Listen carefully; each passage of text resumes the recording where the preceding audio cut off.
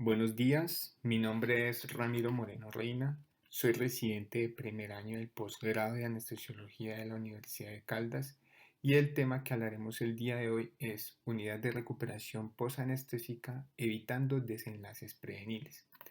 Para empezar, debemos tener en cuenta que un paciente que es llevado a procedimiento quirúrgico y anestésico, esto implica varios cambios fisiológicos, los cuales requieren una estricta vigilancia en la recuperación del paciente. Sin embargo, los riesgos de complicaciones siempre están presentes y el desarrollo de estos depende de qué tan estrictos seamos con la monitorización desde la salida del quirófano y la estancia en la unidad de recuperación posanestésica. Desarrollaremos la charla hablando de historia de la unidad de recuperación posanestésica, cómo es el diseño y las normas o estándares por las cuales se debe regir la unidad, cuáles son las fases de recuperación y los criterios de alta y de las complicaciones que existen en la unidad de recuperación posanestésica. Para empezar, en cuanto a la historia, en 1801 en el Hospital del Newcastle se empezó a requerir de que todo paciente que era llevado a algún tipo de procedimiento quirúrgico requería una recuperación, idealmente en una habitación especial, en ese entonces con dos camas, uno para el paciente y otro para el personal de salud que estaba cuidando de ese paciente. En 1863, Florence Nightingale, una enfermera británica considerada la precursora de la enfermería profesional moderna, empezó a referir que era necesario tener una sala de recuperación de anestesia para los pacientes que salían de cirugía. En 1873, Charles Thomas en Estados Unidos refirió que los pacientes presentaban agitación después de ser sometidos a anestesia y requerían una recuperación idealmente en una sala. Desde ese entonces empezaron a estructurarse salas para recuperación de pacientes que salían de cirugía. Ya en 1923 se creó la primera unidad neuroquirúrgica en el hospital de Johns Hopkins. Iniciaron con 3 camas, pero era enfocada más a pacientes neuroquirúrgicos. Posteriormente a cirugía y anestesia que se vigilaban de una forma mucho más estricta. Sin embargo, no es hasta el inicio de la Segunda Guerra Mundial, ya la alta demanda de procedimientos quirúrgicos y anestésicos requería una vigilancia en unas salas de recuperación para toda esta magnitud de pacientes que salían de guerra y requerían una estricta monitorización. Sin embargo, hay que tener en cuenta que en ese entonces las salas no tenían como tal una estructuración de una monitoría, entonces presentaban muchas complicaciones como tal. Es por esta razón que en 1947 una publicación en el The Journal of the American Medical Association. Durante 11 años, una comisión de estudios de anestesia de la Sociedad Médica del Condado de Filadelfia se enfocó en buscar todos los casos de mortalidad asociados a anestesia. Encontraron 307, de los cuales hicieron una exhaustiva investigación con respecto a la historia clínica y buscar cuáles fueron sus posibles causas de muerte y evaluar si pudieron haber sido prevenibles, sí o no, con la grata sorpresa que casi el 50% pudieron haber sido prevenibles. En cuanto a las posibles causas, se encontraron que estaban asociados a sobredosis de anestésicos, falla cardíaca, hipoxemia, falla respiratoria, obstrucción de vía aérea, complicaciones cardiorrespiratorias, eran las más frecuentes causas. Es por esta razón en 1950 se empezó ya a estructurarse como tal las salas de recuperación anestésica y un requerimiento estricto en todas las instituciones donde se llevaran a cabo procedimientos quirúrgicos. ¿Qué era necesario tener en esas unidades? Recurso humano disponible, idealmente un anestesiólogo con el personal de enfermería entrenado, oxígeno, succión, manejo de vía aérea y medicamentos. También se requería que la unidad debía tener 2 camas por cada quirófano, idealmente que estén cerca de los quirófanos en caso de requerir una temprana reintervención y que tengan disponibilidad permanente. En cuanto al diseño de la unidad de recuperación posanestésica, como debe ser en un lugar amplio, que sea iluminado, en donde la estación de enfermería tenga una visibilidad completa de todos los pacientes que estén dentro de ella. ¿Cuántas camas se debería tener? Se habla de 1.5 camas por cada quirófano, y esta unidad debe estar cerca del quirófano como tal, de las unidades de cuidado intensivo y también de imágenes diagnósticas en caso de requerir algún tipo de estudio para hacer una temprana valoración e intervención inmediata. Carro de paro con todos los medicamentos, desfibrilador, equipo de punto de oxígeno y equipo de succión. Y en cuanto al personal humano, debe haber un anestesiólogo, y ese es el requerimiento más importante. En cuanto al personal de enfermería, hay una relación dependiendo del estado del paciente que esté en la unidad. Si es un paciente que acaba de salir de cirugía y está en una fase temprana de recuperación, debe haber por lo menos una enfermera para 2 pacientes como mínimo. Si está el paciente ya en un estado un poco más avanzado, en una fase intermedia de recuperación, debe haber una enfermera por cada 3 pacientes. Y en caso de que fuera un paciente muy crítico, la relación de enfermería-paciente debe ser 1:1. Y la monitoría, estrictamente de monitorización de frecuencia cardíaca, pulsosimetría y presión arterial. Ahora, ¿cuáles son las normas para los cuidados posanestésicos? Estas normas o estándares están regidos por la ASA y son 5. La norma número 1 es que todos los pacientes que han recibido anestesia general, anestesia regional o atención de anestesia como tal debe ser monitoreada y requiere un apropiado manejo posanestésico de este. Segunda norma: el paciente transportado a la unidad de recuperación posanestésica debe estar acompañado por el anestesiólogo, que es la persona idónea que ha manejado la anestesia y conoce el tipo de cirugía y las condiciones que se llevaron a cabo en el paciente. De la misma razón, el paciente será evaluado y tratado continuamente durante el transporte con un monitoreo y apoyo apropiado según la condición del paciente. La norma número 3. A la llegada a la unidad de recuperación posanestésica, el paciente será revalorado y se dará un informe verbal al personal de la unidad de recuperación posanestésica, que es el anestesiólogo y los enfermeros que estén en ella. Esta información debe ser completa. La norma número 4 es que la condición del paciente se debe evaluar de forma continua. Se debe evaluar vigilando la hemodinamia del paciente, cómo está la parte respiratoria, el estado neurológico y la recuperación motora. Y la quinta norma y última es que el médico responsable de la descarga del paciente a la unidad posanestésica siempre es el anestesiólogo. En cuanto a las fases de recuperación posanestésica, son 3. Hay una fase inmediata, intermedia, y la última es una fase tardía. Pero ¿cuándo empiezan estas? La primera fase inicia con la interrupción de todos los agentes anestésicos que hemos utilizado durante la cirugía. Esto le permite al paciente despertar, recuperar los reflejos protectores de las vías respiratorias. Posteriormente, continúa la recuperación de esta primera fase en la unidad de recuperación posanestésica, donde el paciente ya reanuda su actividad motora y tiene una evolución completa. Sigue la fase 2, es una fase intermedia donde el paciente ya está mucho más recuperado y es un paciente que prácticamente ya está listo para una alta hospitalaria o para traslado a una unidad de sala general. Inmediatamente la descarga del paciente de la unidad de recuperación posanestésica. Y la última fase, que es una tardía, que el paciente la realiza en su casa, donde ya ha tenido una recuperación completa y ha vuelto a sus actividades cotidianas. Sin embargo, debemos tener en cuenta que hay otra forma de fast tracking que indica velocidad.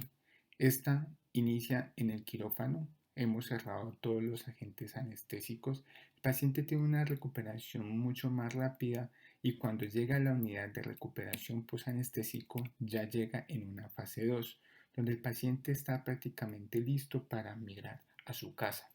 Esto es una vía rápida, idealmente está dirigida para pacientes que son sometidos a cirugía ambulatoria. Depende de la técnica anestésica, donde se utilizan medicamentos de corta acción o pacientes con anestesia en neuroeje.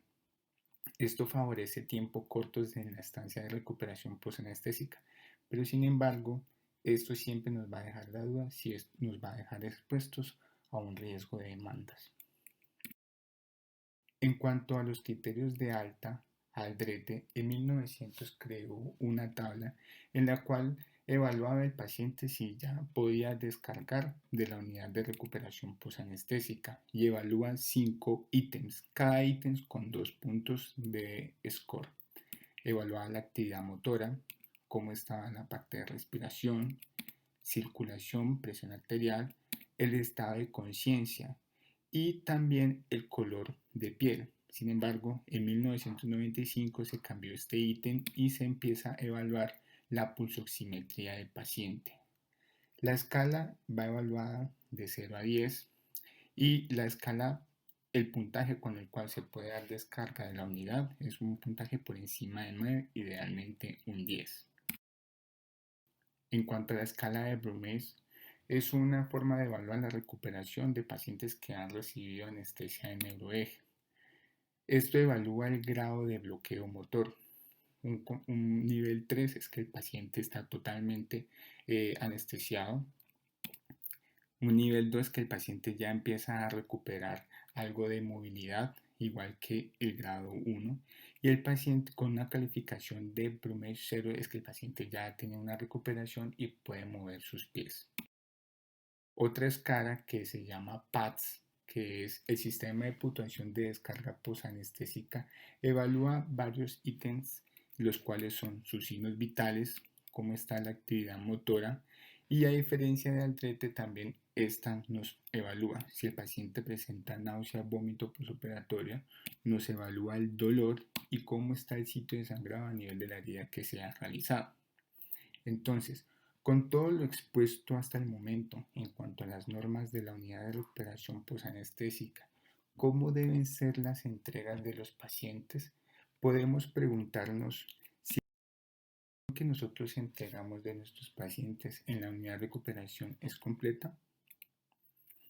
Es por esta razón que esta publicación en las guías escandinavas de anestesiología evalúan la calidad del traspaso de los pacientes posoperatorios en una unidad de cuidado posanestésico, un análisis prospectivo enfocado como una herramienta de reflexión a futuro para el sistema de salud. Los problemas de transferencia de información incompleta pueden tener un impacto negativo en la seguridad de los pacientes y pueden causar daños a este. El objetivo de este estudio fue analizar cómo era la transferencia de la información durante las entregas en la unidad de recuperación posanestésica una vez salían del quirófano. Durante 2 meses se evaluaron 790 entregas. Midieron el tiempo y variaban alrededor de 49 a 73 segundos y evaluaron qué ítems o qué tipo de información se entregaba, empezando desde nombre del paciente, edad del paciente, tipo de cirugía, varios ítems. Y encontraron que lo más frecuente que se entregaba era pues relevante el tipo de cirugía, el tipo de anestesia, cómo se había comportado el paciente durante el intraoperatorio. Pero lo que llamó la atención es que habían cosas que se omitían durante esa entrega, como el estado físico del paciente, según la clasificación de ASA, recomendaciones como el inicio temprano de tratamiento analgésico o temprano de tratamientos antibióticos o de terapia hídrica. Todo esto predisponía a que pacientes al no realizar un inicio temprano de algún tipo de intervención estaban predispuestos a algún tipo de complicaciones.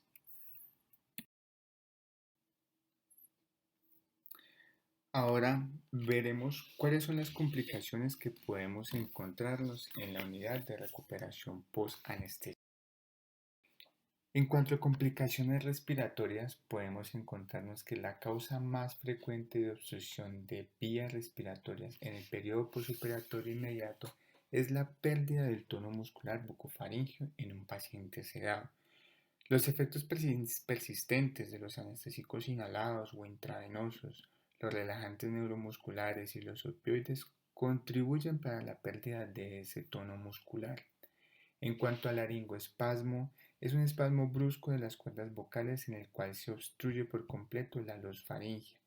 Puede ocurrir en el periodo de transición cuando el paciente ya está extubado, sale de anestesia general, aunque lo más probable es que ocurra en el quirófano, pero también puede suceder en la unidad de recuperación posanestésica. En cuanto al edema de vía aérea superior, es más frecuente en pacientes que son sometidos a procedimientos prolongados, la posición en prono o en tren del Lembour, o también que pacientes que han sido necesario reponer grandes cantidades de volumen por pérdidas importantes. En cuanto a complicaciones de la vía aérea inferior, podemos tener broncoespasmo, edema pulmonar, aunque en el posoperatorio inmediato la causa del edema suele ser de naturaleza cardiogénica, secundaria sobrecarga de volumen intravascular o una falla cardíaca congestiva. Aunque es menos habitual, el edema pulmonar también puede producirse por obstrucción de vía respiratoria, por sepsis o por transfusiones de hemoderivados. En cuanto a las atelectasias, pacientes de factor de riesgo como obesos. Y por último, depresión respiratoria. El bloqueo residual puede no ser evidente cuando el paciente llega a la unidad de recuperación, ya que el diafragma se recupera del bloqueo antes de lo que lo haya hecho los músculos faringios. Es importante siempre vigilar si hay un grado de relajación residual, ya que esto puede tener grandes complicaciones, hipoxemia, hipoventilación, que llevan estos pacientes a desenlaces negativos. Todas estas complicaciones respiratorias nos llevan a cabo a presencia de hipoxemia. En cuanto a las complicaciones cardiovasculares, podemos tener hipertensión. Los pacientes con antecedentes de hipertensión tienen un riesgo mayor de sufrir incidentes o crisis hipertensivas durante la recuperación. Los factores adicionales a esto suelen ser dolor, presencia de náuseas, vómito, hipoventilación, hipercapnia como desencadenantes para eventos hipertensivos. En cuanto a la hipotensión, depende de la etiología. Puede ser hipovolémica, desencadenado por pérdidas persistentes de fluidos, pérdidas gastrointestinales, sangrado quirúrgico. Una etiología distributiva por un aumento de permeabilidad capilar, la causa más frecuente pensar es sepsis, o también etiología cardiogénica con disminución de gasto cardíaco, secundario pues isquemia, miocardiopatías, falla cardíaca. En cuanto a las arritmias en el posoperatorio suelen ser transitorias y multifactoriales. Las causas reversibles de arritmias cardíacas en el posoperatorio son la hipoxemia, la hipoventilación y la hipercapnia asociada. En cuanto a la taquicardia, entre las causas más frecuentes podemos tener dolor, agitación, hipoventilación. Y en cuanto a las bradicardias, generalmente puede ser iatrogénica. Las causas más frecuentes el efecto residual de fármacos como beta bloqueadores o la reversión del bloqueo neuromuscular con anticolinestéricos o la administración de opioides también. En cuanto a isquemia, pacientes de alto riesgo, a diferencia de los de bajo riesgo, eh, cualquier cambio significativo del segmento ST o de la onda T en la monitorización electrocardiográfica pueden ser significativos e incluso requiere un estricto seguimiento con troponinas en caso de que se sospeche algún tipo de isquemia. También podemos tener complicaciones, falla cardíaca y la más grave, paro cardíaco. Todo esto va a generar un impacto negativo en los resultados a largo plazo e incluso incrementos de ingreso no planeadas a la unidad de cuidados intensivos. También podemos tener incidentes o complicaciones como el temblor posoperatorio. Estos temblores son frecuencias después de anestesia general o también epidural. Los factores de riesgo incluyen sexo masculino y también el tipo de inductor, por ejemplo, el propofol. En cuanto a las náuseas y vómito, sin una adecuada intervención profiláctica, aproximadamente una tercera parte de los pacientes que reciben anestesia pueden desarrollar náusea y vómito postoperatorio. Por eso es importante realizar el tipo de profilaxis teniendo en cuenta factores de riesgo como ser sexo femenino, el antecedente de no ser fumadora, antecedente de náusea y vómito en algún tipo de procedimiento posterior o si el paciente va a estar expuesto a opioides en el posoperatorio. En cuanto al delirio, aproximadamente el 10% de los pacientes adultos pueden presentar algún tipo de delirio. Como factores de riesgo, edad avanzada, generalmente por encima de 65 o 70 años, alteración cognitiva preoperatoria o disminución del estado funcional, abuso de alcohol y ya antecedentes previos de delirio son factores de riesgo. Y en cuanto al retraso al despertar, siempre tener en cuenta que incluso tras una cirugía o anestesia prolongada se puede producir un retraso en el despertar y es aquí importante reevaluar cómo están monitorizados nuestros pacientes.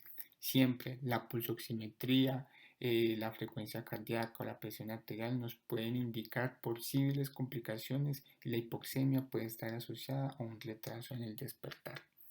Todos estos eventos generan un impacto negativo en la satisfacción del paciente y generar estancias prolongadas en la unidad de recuperación posanestésica. Teniendo en cuenta esto, nos preguntamos, ¿qué tanto han variado las complicaciones en la unidad de recuperación? Referentes en cuanto a complicaciones en la unidad de recuperación posanestésica es esta, en donde fue publicada en 1992, realizada por la Universidad de Yale, donde se estudian amplio casos de pacientes que fueron sometidos a anestesia, alrededor de 18.473 pacientes, donde evaluaron que casi un 24% tenían eventos, incidentes y complicaciones. La gran mayoría en ese entonces, náusea y vómito, seguido de complicaciones de vía aérea que requirieron algún tipo de asistencia, complicaciones cardíacas, pero lo más llamativo de este estudio, de esta publicación, es que todas estas complicaciones se presentaron en su mayoría en pacientes con estado físico ASA2. Esta otra publicación que también es referente en complicaciones en recuperación posanestésica es realizada por el Informe de Estudios de Monitoreo de Incidentes de Anestesia realizado en Australia.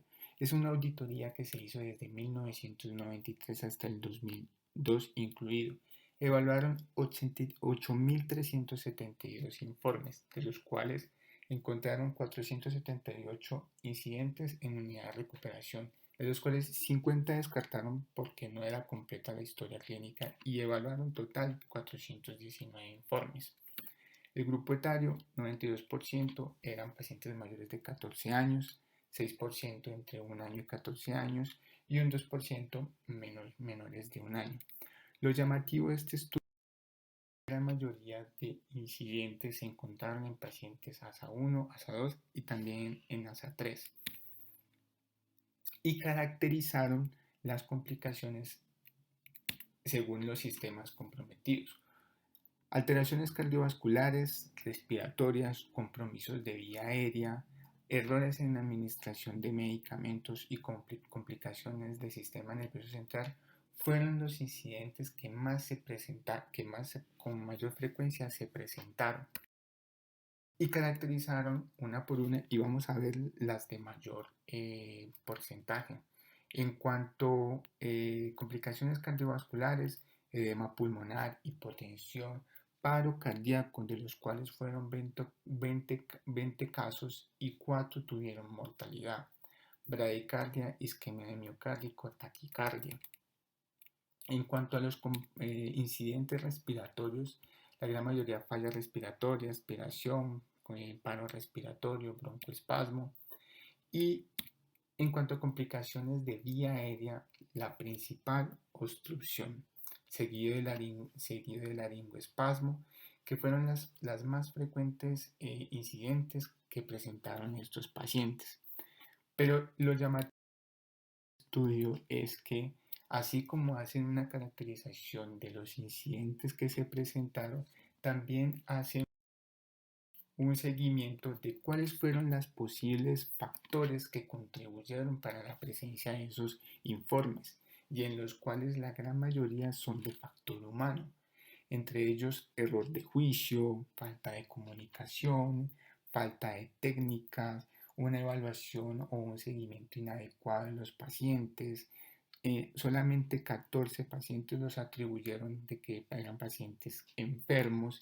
Sin embargo, llama mucho la atención de que 11 pacientes no recibieron ningún tipo de atención o no recibieron ningún tipo de monitoreo y presentaron este tipo de complicaciones. De igual forma, a pesar de que se presentaron estos eventos y estas complicaciones, también evaluaron factores que minimizaron esos eventos que fueran más graves de lo que ya se habían presentado. Entre ellos, cuando un personal de salud tenía una experiencia previa o tenía un entrenamiento, esto eran factores que contribuyen a minimizar esas complicaciones.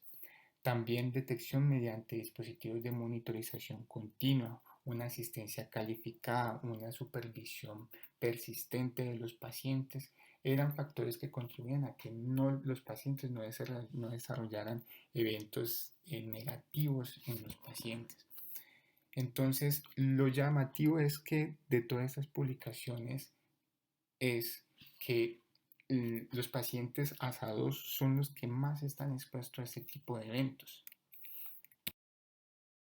En esta publicación evalúa el uso de agentes de bloqueo neuromuscular que tanto están asociados con parálisis residual significativa y la morbilidad posoperatoria. Que ellos quieren evaluar y estimar la incidencia de complicaciones posoperatorias asociadas a uso de relajantes neuromusculares y evaluar qué tanto esto requería una utilización de recursos sanitarios.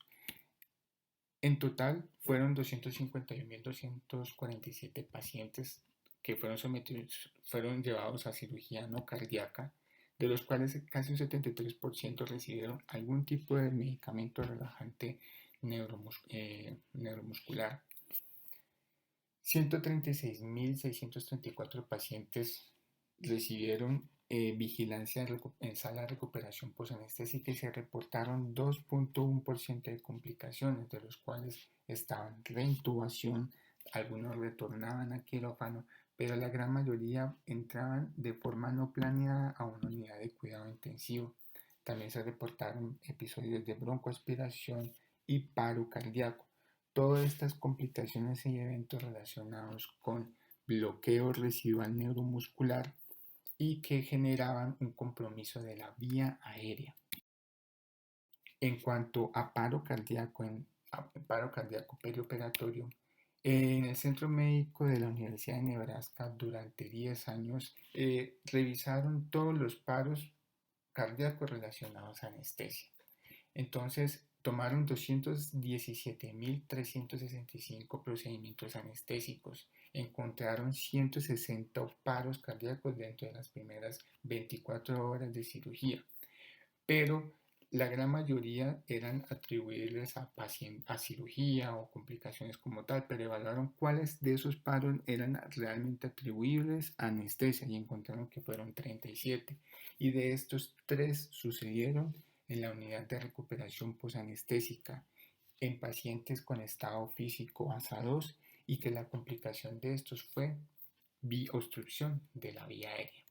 Entonces, volvemos y nos preguntamos, los pacientes ASA1 y ASA2 son los que están mayor expuestos a incidentes y complicaciones.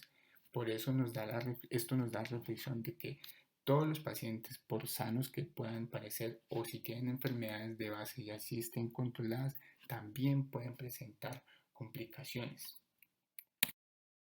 Por último, traigo a ustedes las pautas por las cuales nos rige la guía práctica de cuidado posanestésico de la ASA. Son 4 y en las cuales están la evaluación y seguimiento estricto del paciente, siempre tener una monitoría cardiorrespiratoria, evaluación persistente del estado motor, el estado mental, control de temperatura y control de náuseas y vómito. Segundo, tener una profilaxis y tratamiento de náuseas y vómito posoperatorio. Siempre tercero, tener presente tratamiento durante la recuperación y la emergencia, tener oxígeno suplementario, control de temperatura, control de temblor postoperatorio en los pacientes que salen de anestesia y monitorizados persistentemente y de forma estricta con la pulsoximetría de pulso. Y por último, el cuarto, tener siempre a la mano antagonistas para los efectos residuales de benzodiazepinas, opioides y de los relajantes neuromusculares. Debemos tener en cuenta que el traslado de los pacientes a la unidad de recuperación posanestésica es una responsabilidad del anestesiólogo. Siempre entregar una información completa más allá de los datos generales del paciente, informando el estado físico, riesgo de complicaciones inmediatas e indicando planes de manejo tempranos como analgesia y adherencia a los protocolos de manejo de la unidad de recuperación. Muchas gracias por su atención.